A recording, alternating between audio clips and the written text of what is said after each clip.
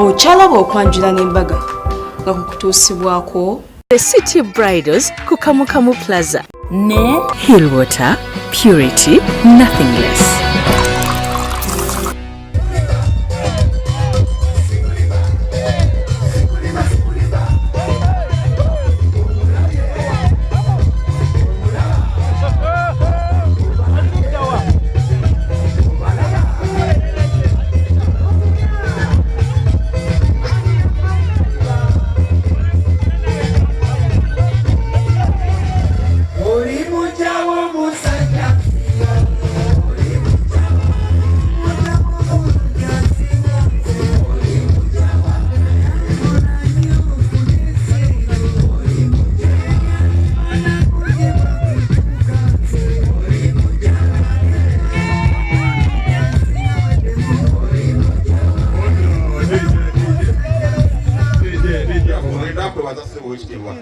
Olwa ekino kyokoze ekyokubiri tukusaba empisa n'obulombolombo bwa Busoga Youth Forum obutwale osobola okuyamba okukulaakulanya emiti emito egiri e Kayunga. Tukusaba n'obuwomefu nga Busoga alumni nti tambulira ku byatwako bingi okukasiki ebyokumana nti obufumbo n'ekijyokuleeta isano wakati yewewe n'abaana bo nga mukayirike.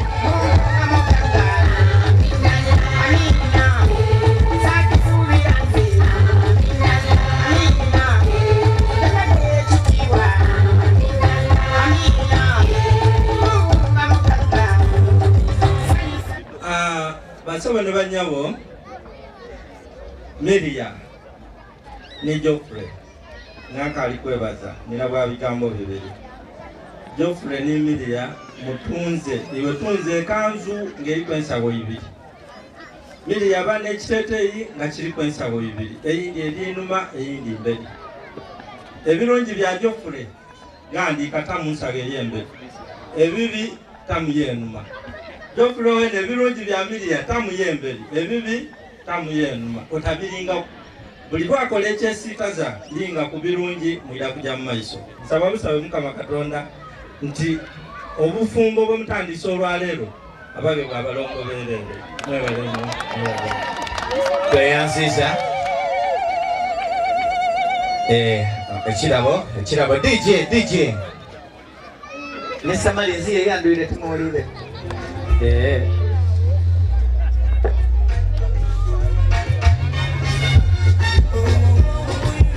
tweyanza basabani banyabo.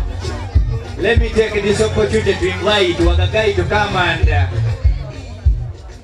we wish you a very good life and family, and we know you still keep up also in training others who are joining the company also to become good people and grounded with family the way you have today.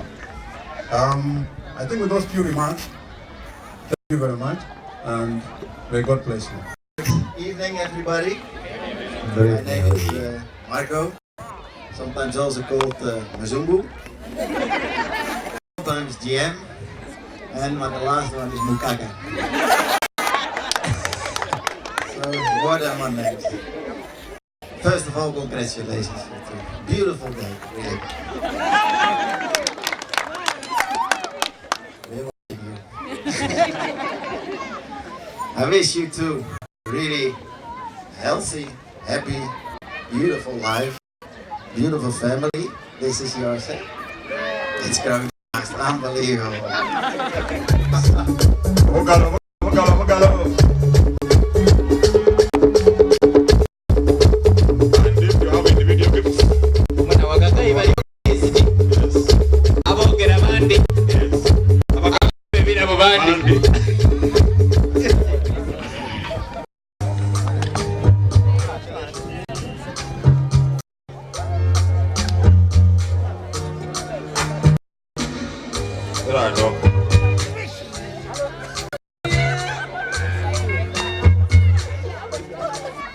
Basabani banyabo abayidye ku kuno nze bandeta kirenda sabiriye sebo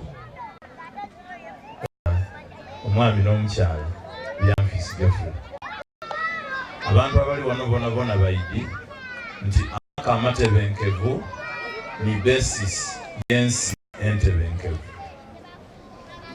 webale tereza bufumbo bwo kitegeeza nti ni Uganda yonna ejja kuba ntebenkevu.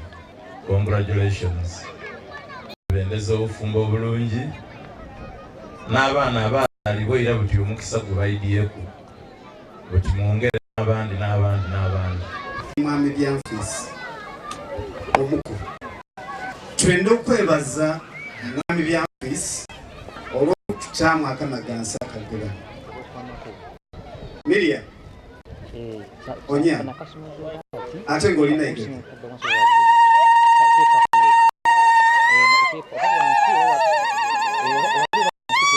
omugalo oyo Byanfeesi gw'otwalira ate ng'era namukuwaira ali mu liisa igaga lungi banaigaga baligano banaigaga mwana musoko mukube emizira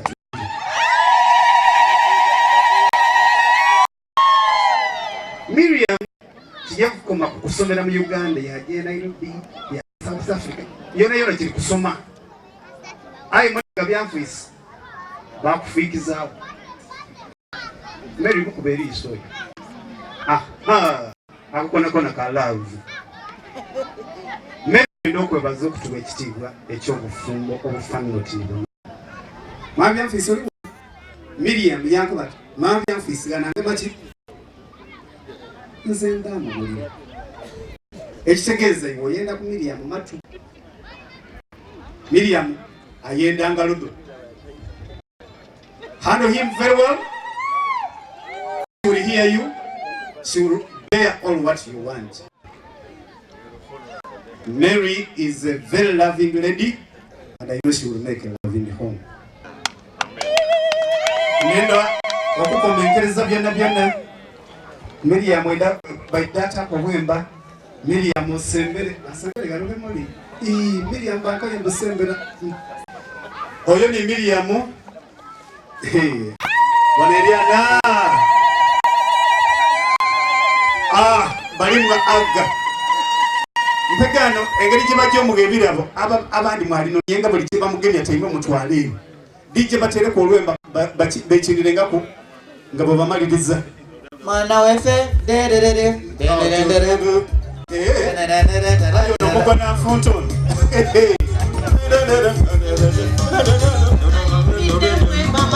manange buli alina ekirabo kya Mary nga mwere ku saidi efe tandika okubimuwa era oluvannyuma ne babawa ebirabo bino bitwalibwa nnyo ku mbaga kubanga tukitwala nti abagole babeera tebannabeera bonna babeera beetaaga okwezimba mu birabo ebibaweebwa mwe muli ebibeera binaabayambako mu maka gaabwe.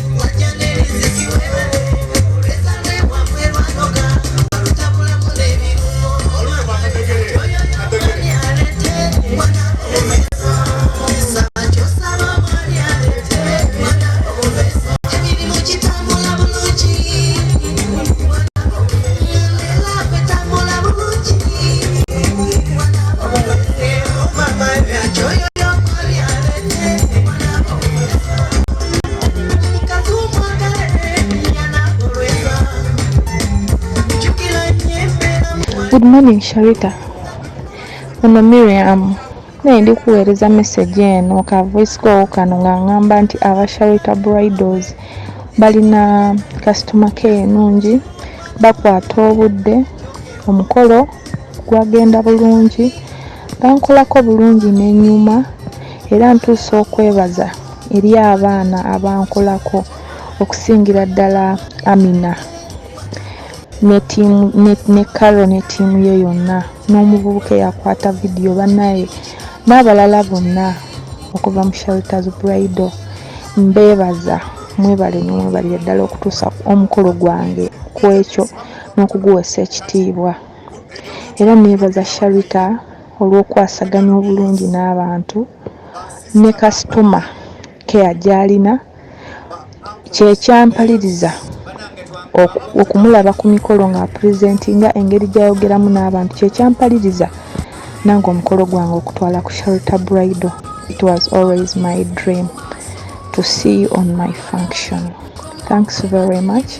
Thanks for everything. I really appreciate. May God bless you. Era n'omwami wange akola kye kimu lwakuba taliiwo kati naye yali musanyufu nnyo era yatuusa okwebaza neyanza neyanzeege era naye musanyufu nnyo. Yasiima mwakwata obudde abantu bonna bali basanyufu omwana yaliwo paka ku nkomerero yaakyo. Mwebale nnyo.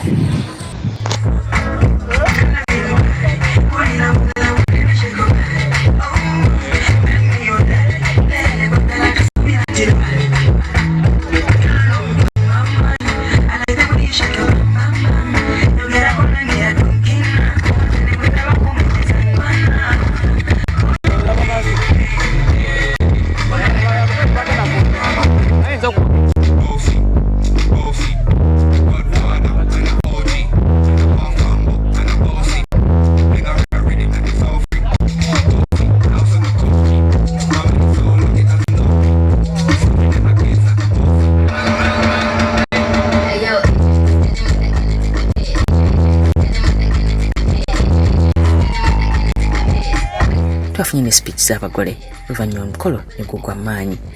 Abakulu mwena mu bitiro byammwe waife twenda okuvunaanyiriza kwaira akaire kajiiri tulenga kulwana kyakwogera ndakusaba mukyala Byanfisi Miriam abakuli kyakwogera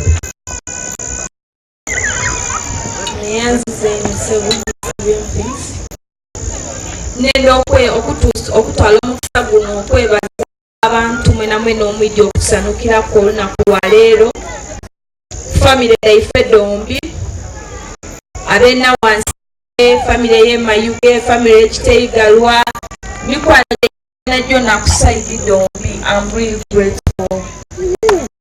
Natuusa okwebaza kwange bakama bange abankozesa banange nsiimye ino okusoma kwange kiri bwe nsobola ku mutima.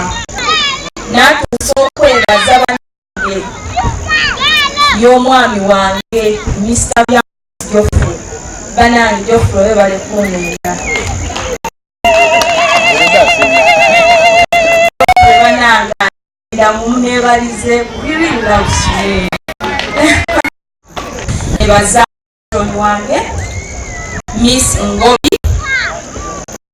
ambeereirewo yebaleino abantu muna kino omusobola kumenya ono oboole abanambyeko okutusa omukolo ngenda kusanga mutamu nekasange kiri bwe nsobola kubeebaza ali endi musiimu abayirize wekisinga ati demeti ngakiba nti esente zonziri kyosa okusooka Katonda mulungi ati mukola ki ekiseera ate era eddo n'embeera dye nenda okusiima ekisa kya Katonda kitubeesiisa bano leero okuva kwe twatandise Bugembe Cathedral okutuuka ku ssaawa dino. Congratulations Maureen n'omwami we Geoffrey. Mwebale kuleeta mukolo ku Delta TV. Maureen mwebale kwagala Sharita's Bridal World naffe tukwagala nnyo. Thank you for loving me. I also love you. Kulikayo nnyo munnange Eidinda mu kaseera kano leero katuddemu ku wedding album yaffe ate bwe munaweereza amaloboozi mangi naye ono yasindika dda bambi ebifaananyi bye leka tubimutereyo kuba naye munnaffe n'olwekyo leka tulabe wedding album wano ku Delta TV tukole program okwanjula n'embaga. Assalamu alaikum ogambo otya Shaita mazima wanvu bannaye jo nga wabadde smart nnyo fere ngo bindagireko ku mukwano nina kujja kubukinga njagala kukola ki nja kujjayo nyinayo baby shower lesala enviiri zo oyigiriza ssente mmeka bunasa otandikira ku ssente mmeka okuyiga webale tuweereza mukwano okulaba onyirira naasanyuka nnyo nange nga mbirabyeko ku Delta TV kuba sivaako buli Sunday nkulaba buli neyanza mukwano. Kulikayo nnyo mukwano mu mukolo mu wedding album mu kaseera kano tugenda mu Bulango okyali mu club program okwanjula n'embaga ku Delta TV tukole tujaguza emyaka 10 abagole Hey, mwetegeke naye mwebale nnyo banaye kusanyukira Sharita's Bridal World. Mwebale kujja bannange mujja wali nga muli bangi. Mwebale nnyo wewali ebintu ebipya, wewali ebintu eby'emulembe. Mujja abagole tubategekera omukolo. Mu lunaku lumu tulina gomesi, tulina changing dresses, tulina yonna mukwano jangu wali eri. Naye nga City Bridals alina gowns ennungi ali Kamukam Plaza, Quentin Road, eduka namba GF34. Ate nga amazzi olina kubeera ng'onywa gano aga Hillwater. Okitegeera kano kaba baby osooka bapakingira naye nga gwakozesa ennyonyi era mu nnyonyi za Uganda ojja kusangayo eccupa ya Hillwater kubanga ge mazzi agakyasinze okubeera pure ge gasinga mu Uganda. Kakati bampita Sharita nga tuzija Kato Sales Center katugende mu Bulango bwe tukomawo olaba ebyo ebifaananyi tugende wasenga kulanama.